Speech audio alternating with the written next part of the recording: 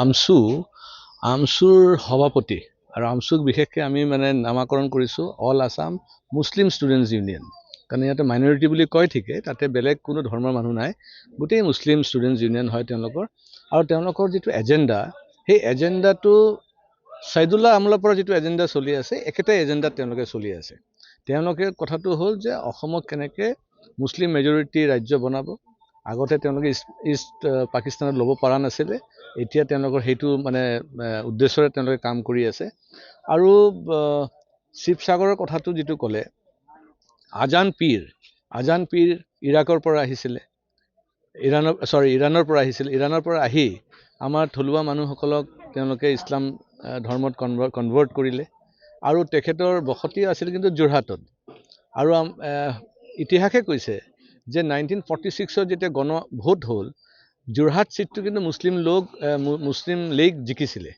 এতিয়া 1946 ইলেকশ্যনত যোৰহাট ছিট আপোনাৰ মুছলিম লীগ জিকিছে, তাৰমানে এইটো এটা বহুত মানে চেলেঞ্জিং কথা এটা আহি গ'ল মাজত।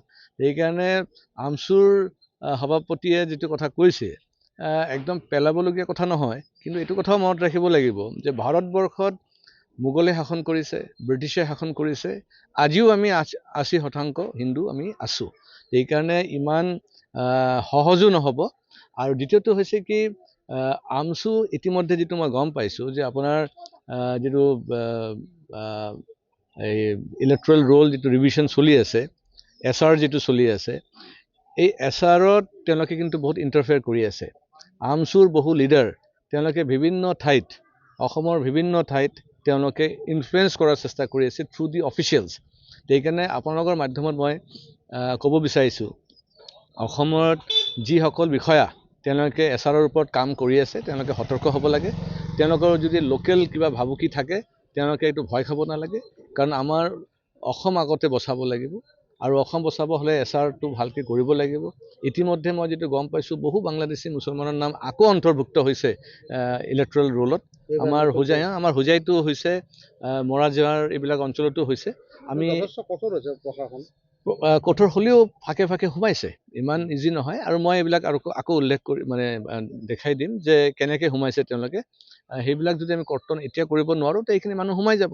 আৰু নতুন SRতো কিছুমান সোমাইছে। আৰু দ্বিতীয়টো হৈছে, যেতিয়া মানুহবিলাকক ইভিকশ্যন কৰা গৈছে, ইভিকশ্যনৰ পিছত তেওঁলোকে নতুন ঠাইলৈ গৈছে। তো নতুন ঠাইত গৈ পেলাই তেওঁলোকে মাটি কিনিছে, ঘৰ বনাইছে, বসতি বনাইছে, কিন্তু এতিয়ালৈকে তেওঁলোকে নাম ট্ৰান্সফাৰ কৰা নাই। কিয় কৰা নাই? কাৰণ এতিয়া লোকেল মানুহখিনিতো চিনি পায় যে এইকেইটা নতুন মানুহ আহিছে, নতুন মাটি কিনিছে। এতিয়া মাটিটো কিনিবলৈ বাধা দিব নোৱাৰে, আপুনি পাট্টা মাটি যে কাৰোবাৰ পৰা কিনিছে। কিন্তু মোৰ যিটো ধাৰণা যে আগন্তুক 5 বছৰ পিছত চাব এইখিনি মানুহ আকৌ নাম অন্তৰ্ভুক্ত কৰি ল'ব। তো এইকাৰণে মোৰ এটা ডাঙৰ মানে ৰিকুৱেষ্ট আমাৰ মুখ্যমন্ত্ৰী ডাঙৰীয়ালৈ আৰু চৰকাৰলৈ, যে যিবিলাক মানুহ ইভিকশ্যন কৰা গৈছে তেওঁলোকৰ নাম টোটেলি ভোটাৰ লিষ্টৰ পৰা কৰ্তন কৰিব লাগে, টোটেলি। নহ'লে এইখিনি মানুহ 5 বছৰ পিছত বেলেগ ঠাইত গৈ তেওঁলোকে নাম অন্তৰ্ভুক্ত কৰিব বাই মিনছ অফ ট্ৰান্সফাৰ। ছাৰ, মাজতে আৰু এটা কথা সুধিছোঁ, গৌৰৱ গগৈ যথেষ্ট পদযাত্ৰা কৰিছে, সফল হ'ব আপোনাৰ দৃষ্টিত? আশাবাদী কৰি থাকক তেওঁলোকে। এতিয়াতো চাওক, এতিয়াতো কিবা এটা কৰি থাকিব লাগিব, কাৰণ কংগ্ৰেছৰ এতিয়া চৰকাৰ কেন্দ্ৰতো নাই, ৰাজ্যতো নাই, তেওঁলোকৰ তেনেকুৱা নেতৃত্ব নাই। বৰঞ্চ এটা বস্তু ভাল যে তেওঁলোকে পদযাত্ৰা কৰিলে অলপ ফেক্টটো গম পাব, থলুৱা মানুহৰ কি চিন্তাধাৰা, গাঁৱৰ কি অৱস্থা তেওঁলোকে বনাইছে বিগত 70 বছৰত তেওঁলোকৰ যেতিয়া শাসন আছিলে।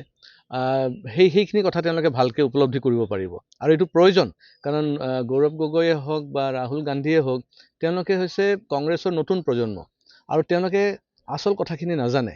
সেইকাৰণে ৰাহুল গান্ধীয়েও পদযাত্ৰা কৰিছে একদম কাশ্মীৰৰ পৰা কন্যাকুমাৰীলৈ, গৌৰৱ গগৈয়ে কৰি আছে। কৰি পেলাই অলপ জানি লওক যে তেওঁলোকৰ দুৰ্নীতি কেনেকুৱা আছিলে, তেওঁলোকৰ মানুহক কেনেকৈ মানে তেওঁলোকে অৱহেলা কৰিছিলে, তেওঁলোকে অসম কেনেকৈ ধ্বংস কৰিলে, এই কথাখিনি ভালকৈ জানিব পাৰিব। শেষত এটা কথা সুধিছোঁ, নিৰ্বাচনলৈ সাজু আপুনি?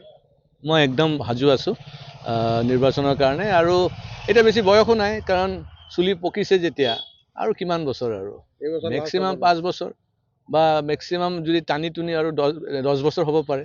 সেইকাৰণে এই বছৰটো একদম প্ৰস্তুত আছোঁ।